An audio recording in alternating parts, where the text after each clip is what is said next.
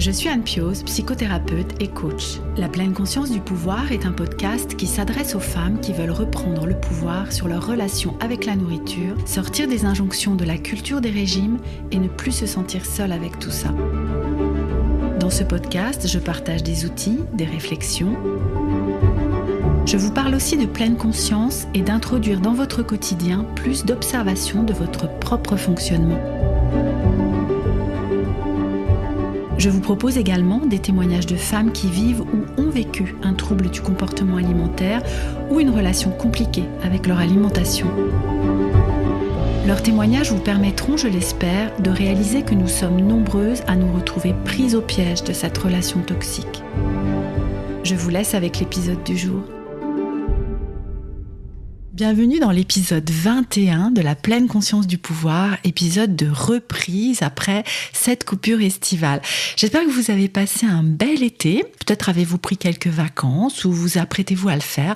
Moi, je reviens avec une pêche d'enfer. Ça a été très productif ce repos estival. J'espère que vous m'entendrez pas trop bouger dans ma chaise. Je vais essayer de me tenir quand même à peu près tranquille malgré cette énergie. Mais voilà, pleine de projets, pleine d'envie, tant sur le podcast que pour ce que je vais vous proposer dans mes accompagnements. Je vous en reparlerai au fur et à mesure, mais voilà, ça y est, c'est la reprise, c'est la rentrée. J'ai pas mal déconnecté aussi des réseaux, même si je suis venue un petit peu traîner sur Instagram, qui est mon réseau de prédilection pendant mes 2 semaines de vacances.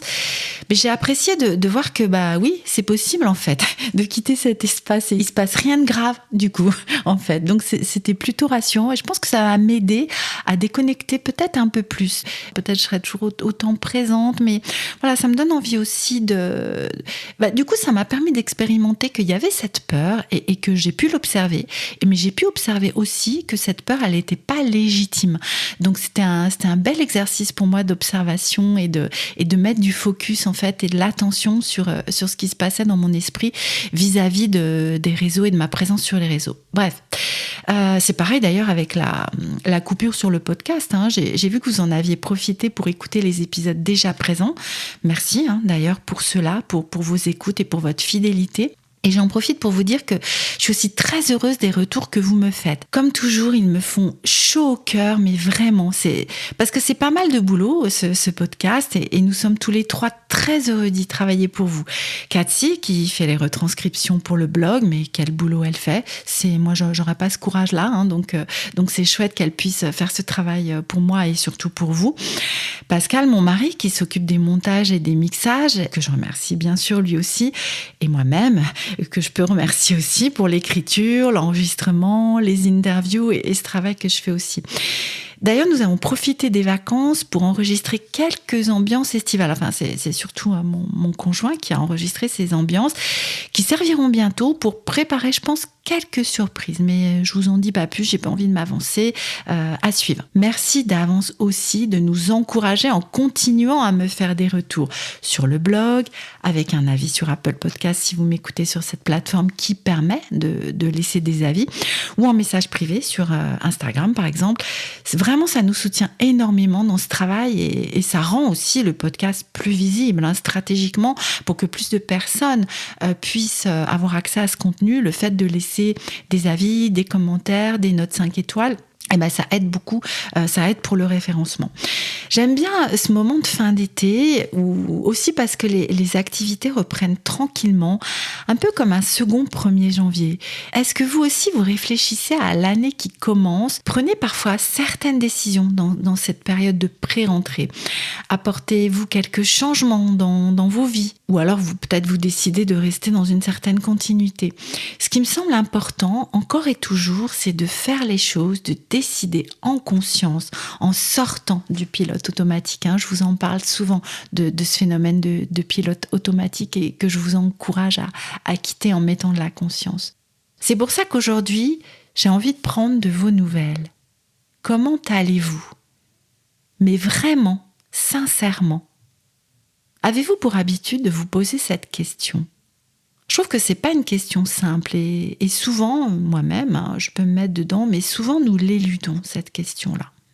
Aller y regarder de plus près peut nous faire peur et surtout, nous n'avons souvent pas vraiment appris à y répondre.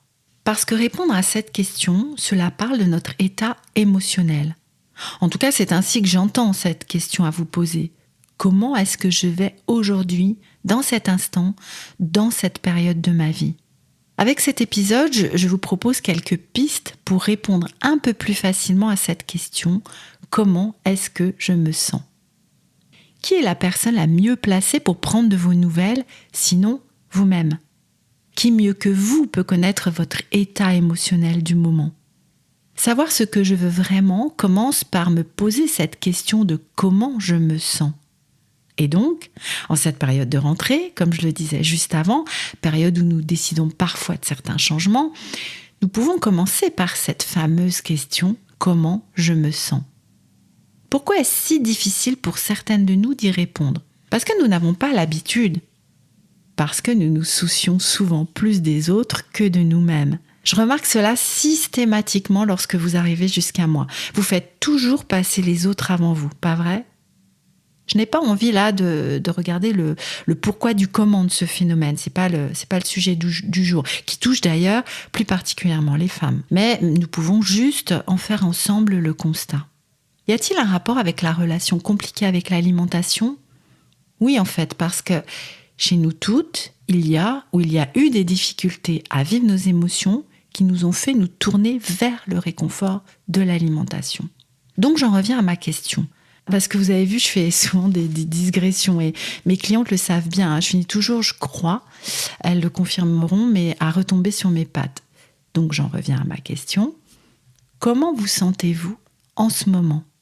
Parce que ce que je sais aussi, c'est que vous avez cette habitude de répondre un peu automatiquement « bien ». Oui, c'est ce que nous faisons tous et toutes quand quelqu'un nous pose cette question, qui est automatique elle aussi. Mais là, aujourd'hui, je souhaite que vous vous la posiez à vous-même en toute honnêteté. Comment faire pour y répondre à cette question ? Je vois deux façons de le faire. Tout d'abord, la première, c'est grâce à notre ressenti physique. Nos sensations corporelles nous indiquent à chaque moment, comme une boussole infaillible, dans quel état émotionnel nous sommes. Cet indicateur physique peut nous montrer des tensions, des inconforts qui nous renseignent. Est-ce confortable ou inconfortable ? Ah, j'ai une boule dans le ventre. Oh, je sens des tensions dans ma nuque. Tiens, mes mains sont crispées. Ou encore, je respire largement ce matin. Tiens, mes cuisses sont détendues. Je sens de la chaleur dans mes pieds. Observez vos sensations corporelles et observez comment elles évoluent. Juste cela change quelque chose, n'est-ce pas ? Voyez comme l'inconfort peut se transformer. Voyez l'impermanence des choses et du moment. Ici, pas besoin de devenir une spécialiste du vocabulaire émotionnel. Il est seulement question d'observer. Est-ce agréable ? Désagréable ? Est-ce que je me sens tendue ? À quel endroit ? Détendue ? Dans quelle partie de mon corps ? Ainsi, vous pouvez commencer à répondre à la question « Comment est-ce que je me sens ?» Je sais que pour certaines de vous, la coupure avec les sensations corporelles est telle qu'il vous semble impossible de pouvoir observer quoi que ce soit.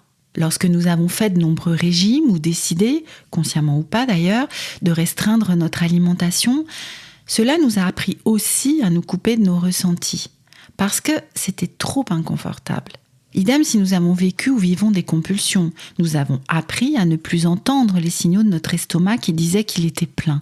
Nous avons appris à aller au-delà de cette sensation. Du coup, la confiance dans les possibilités de notre corps à ressentir ce qui est bon ou pas a disparu. Certaines de vous, comme en témoignait Claudia dans l'épisode 6 du podcast, vivent la même chose pour la douleur ou pour la fatigue.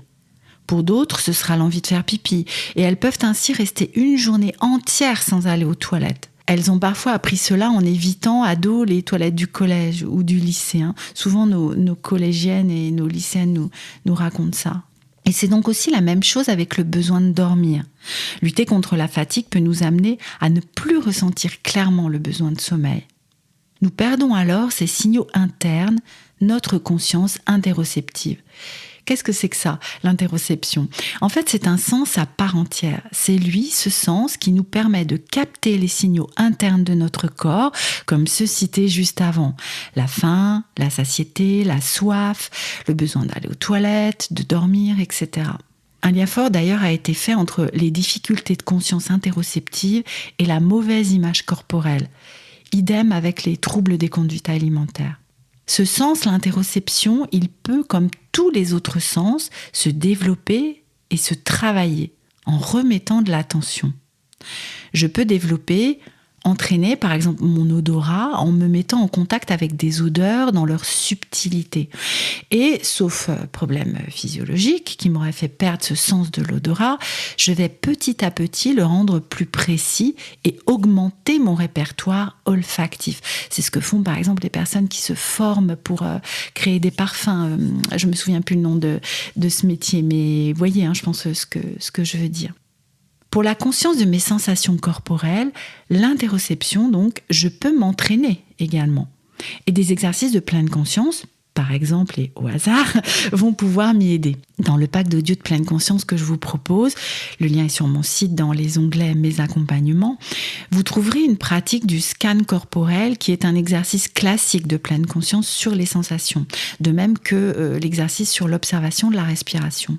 Et si vous êtes inscrite au groupe privé Facebook Le Pouvoir des Challenges, vous pourrez également retrouver avec les replays des différents lives que j'ai proposés ces derniers mois des exercices d'observation de vos sensations corporelles. Un moyen d'observer où vous en êtes de votre interoception aujourd'hui, actuellement, c'est peut-être aussi d'essayer d'observer vos battements cardiaques, en prenant un temps pour vous centrer sur vos sensations. Je vous propose qu'on le fasse ensemble, qu'on prenne quelques minutes pour le faire ensemble. Déjà, installez-vous confortablement sur une chaise ou si vous êtes allongé, pourquoi pas, mais peut-être assis, ça permettra de mettre plus d'attention. Décroisez vos jambes, posez vos pieds sur le sol, posez vos mains sur vos cuisses ou l'une dans l'autre, pourquoi pas. Et puis prenez quelques instants pour sentir le contact de vos pieds par terre, le contact de votre assise sur le siège, de vos mains.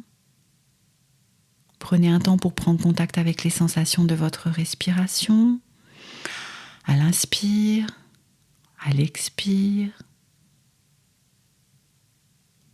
Prenez quelques inspirations, quelques expirations. Centrez-vous sur ces sensations. Et puis, portez votre attention dans votre poitrine, sur la région de votre cœur. Visualisez l'emplacement de votre cœur et portez votre attention sur les éventuels battements que vous pouvez ressentir. Peut-être cette sensation n'est pas présente là tout de suite. Peut-être il vous faudra un petit peu d'entraînement. Peut-être vous ne les trouverez pas, ces sensations. C'est pas grave du tout.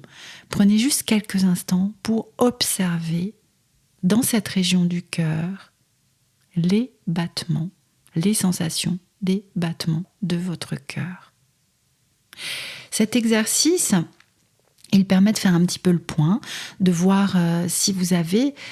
c'est un des exercices, c'est pas le seul. Attendez, je suis pas en train de vous dire que si vous n'arrivez pas là tout de suite à ressentir les battements de votre cœur, ça veut dire que votre sens de l'interoception interoceptif est pas du tout présent. C'est une indication parmi d'autres.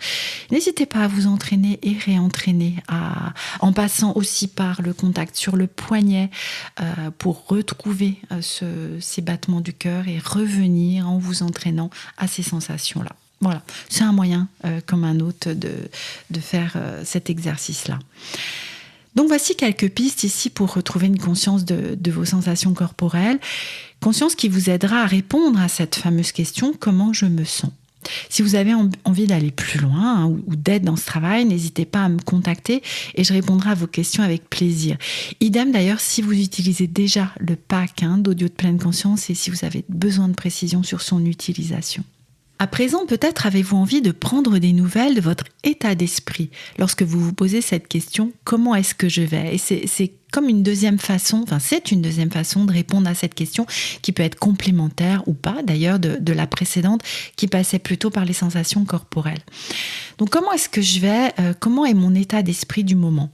Comment répondre à cette question ? Que pourriez-vous dire là tout de suite sur l'état de votre état d'esprit ? Quelles sont les pensées, les émotions qui vous occupent ? Quelles sont les expériences intérieures qui vous traversent et quel en est le résultat sur la façon dont vous vous sentez ? Parce que finalement, de quoi est fait notre état d'esprit à l'instant T ? De quoi est composé notre « comment je me sens » ? Que pourrions-nous résumer dans notre humeur du moment ou, comme j'aime bien l'appeler, notre météo intérieure ? Cette météo est composée de ces fameuses expériences intérieures. Comment pouvons-nous les observer ? Quel rôle jouent-elles sur notre humeur ? Ce qui m'aide le plus pour observer mes pensées et mes émotions, en plus des pratiques de pleine conscience dédiées à cela, c'est de faire ce que l'on appelle des flots de pensée. De mettre sur le papier tout ce qui me vient à l'esprit lorsque je me pose cette question « Comment vas-tu ?» L'idée, si vous souhaitez tenter cette expérience, c'est vraiment de faire courir le stylo sur le papier ou les doigts sur le clavier et de noter tout ce qui vous vient. Pas question ici de faire une prose construite, pas question de juger ce que vous écrivez. Juste de laisser venir toutes les pensées, de les laisser couler pour pouvoir mieux les observer. Écrites, elles deviennent comme des objets que vous pouvez regarder pour ce qu'elles sont, juste des mots. Rappelez-vous ce que je vous ai dit dans l'épisode 13 du podcast sur le thème des pensées. Votre esprit facétieux vous propose à chaque instant des pensées, en mots ou en images, qui ne sont que des mots ou des images et que vous pouvez choisir de croire ou pas. Vous pouvez vous laisser embarquer par elles ou vous pouvez faire pause et décider. En faisant cet exercice du flot de pensée, vous pouvez les observer noir sur blanc pour ce qu'elles sont, des mots ou des images mises en mots. Vous pouvez décider de remplir 1 page, 2 pages, d'écrire pendant un temps donné ou d'arrêter quand plus rien ne vient, quand vous êtes à sec, entre guillemets. Vous pouvez cibler ce flot en vous posant une question précise. J'utilise ça, par exemple, quand une situation me tracasse. Je me demande alors... Mais qu'est-ce que j'en pense de cette situation ? Et je laisse couler. Et donc cette question peut être chaque matin ou chaque soir ou chaque semaine, quand vous voulez en fait, comment je me sens en ce moment ? Ce que j'en retire, c'est généralement plus de clarté. Parfois, dans le cas où cela concerne une problématique précise, quelque chose se dégonfle à l'intérieur de moi. Vous voyez ce que je veux dire ? Poser les mots fait que cela prend moins de place à l'intérieur. Dans le comment je me sens apparaissent parfois des émotions, des pensées que je ne voyais pas. Et du coup, je constate que des expériences intérieures étaient à l'œuvre sans que je m'en rende compte consciemment. Même si c'est moi qui écris tout ça et que je peux encore laisser en arrière-plan certaines pensées. D'autres vont émerger et du coup, je peux décider de ce que je veux en faire ou pas. Parce que vous vous souvenez, nos pensées ne sont pas la réalité. Nous pouvons travailler dessus, décider de les suivre, de les croire ou décider de croire le contraire. Nous sommes maîtres à bord de notre esprit. Dans les moments où je traverse des émotions difficiles, le flot de pensée m'aide à passer ce moment, à comprendre parfois pourquoi c'est difficile, à être actrice du processus et ne plus le subir. Certaines personnes préfèrent faire ce travail à l'audio, en s'enregistrant, comme si elles parlaient à une personne bienveillante qui les écoute. Si cela vous inspire, je suis certaine que vous trouverez le moyen qui vous convient de faire ce flot de pensée. Qu'est-ce que vous pouvez en faire ensuite de ce matériel finalement que vous allez avoir sous les yeux ? Souvent, vous pouvez constater qu'avec un tel contenu, il n'est pas étonnant que votre humeur soit maussade. Ah bon, c'est tout ça que je me dis ? Nous pouvons alors, dans cette posture d'observatrice, prendre du recul. Être une observatrice bienveillante de tout cela. Parce que, attention, vous pourriez être tenté de vous dire « Mais n'importe quoi, ma pauvre fille, tu en es encore là ? Quoi ? Tu penses encore à ça ?» Ou autre pensée pas très très très sympathique. Vous voyez ce que je veux dire ? L'idée, c'est pas du tout ça. C'est de pouvoir constater « Ok, tu penses ça, tu ressens ça. C'est comme ça aujourd'hui, c'est comme ça en ce moment. » D'où viennent ces émotions ? D'où viennent ces pensées ? Est-ce vraiment ce que tu crois ? Est-ce vraiment vrai ? Je trouve que c'est vraiment intéressant de vous poser cette question presque en première intention, lorsque vous constatez avoir une pensée sur vous-même qui crée des émotions pas très confortables. Je vous propose de prendre un exemple. Mettons que vous constatez, en faisant cet exercice du flot de pensée, que revient une ou plusieurs fois une pensée telle que « l'alimentation gouverne ma vie ». Peut-être parce que vous constatez que les pensées en lien avec la nourriture prennent énormément de place dans votre esprit, voire même que vos actions sont beaucoup de fois en lien avec votre relation avec la nourriture. Ça me rappelle ce que disait Anne dans son témoignage dans l'épisode 20 du podcast, juste avant celui-ci. Je ne sais pas si vous l'avez entendu. Vous pourriez vous poser cette question, est-ce que cette pensée, l'alimentation gouverne ma vie, est vraie ? Puis-je réellement dire que l'alimentation gouverne ma vie ? Peut-être que la réponse sera oui. Et dans ce cas, vous pouvez vous poser à nouveau la question, est-ce que je suis sûre que c'est vraiment vrai ? N'y a-t-il pas de contre-exemple à cela ? Demandez-vous ensuite comment vous réagissez quand vous croyez cette pensée, l'alimentation gouverne ma vie. Qu'est-ce qui se passe alors ? J'imagine que c'est quelque chose comme de l'inaction ou de la résignation, non ? Enfin, demandez-vous comment vous vous sentiriez si vous ne croyiez pas à cette pensée « l'alimentation gouverne ma vie ». Quelles émotions vous ressentiriez ? Quelles actions vous entreprendriez ? Sans doute, j'imagine en tout cas ça, vous vous remetteriez en mouvement, vous sortiriez de cette sidération, de cette résignation, parce que penser que c'est l'alimentation qui gouverne votre vie, ça donne pas envie de faire quoi que ce soit. Vous retrouveriez alors du pouvoir sur votre vie, vous redeviendriez actrice du processus. Alors posez-vous cette question quand vous observez des pensées. Est-ce qu'elles me servent ? Est-ce qu'elles me font du bien ? Si la réponse est oui, super, c'est génial, continuez à les penser. Je vois pas pourquoi vous vous priveriez de ce confort-là, de choses, de pensées qui vous font du bien. Mais si c'est non, peut-être vous pourriez décider de les laisser partir, ces pensées-là. Comme par exemple, l'alimentation gouverne ma vie. Si vous avez des questions sur cet exercice, là aussi, n'hésitez pas à me les poser.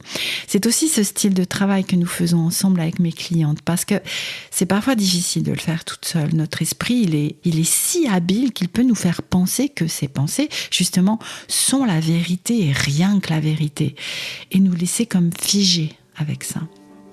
Comment allez-vous ? Que répondriez-vous à cette question aujourd'hui ? Vous me donnez de vos nouvelles, j'aimerais bien. Nous arrivons à la fin de cet épisode 21. Merci de votre écoute et à très très vite pour un nouvel épisode avec un nouveau témoignage qui arrive bientôt dans le podcast La pleine conscience du pouvoir.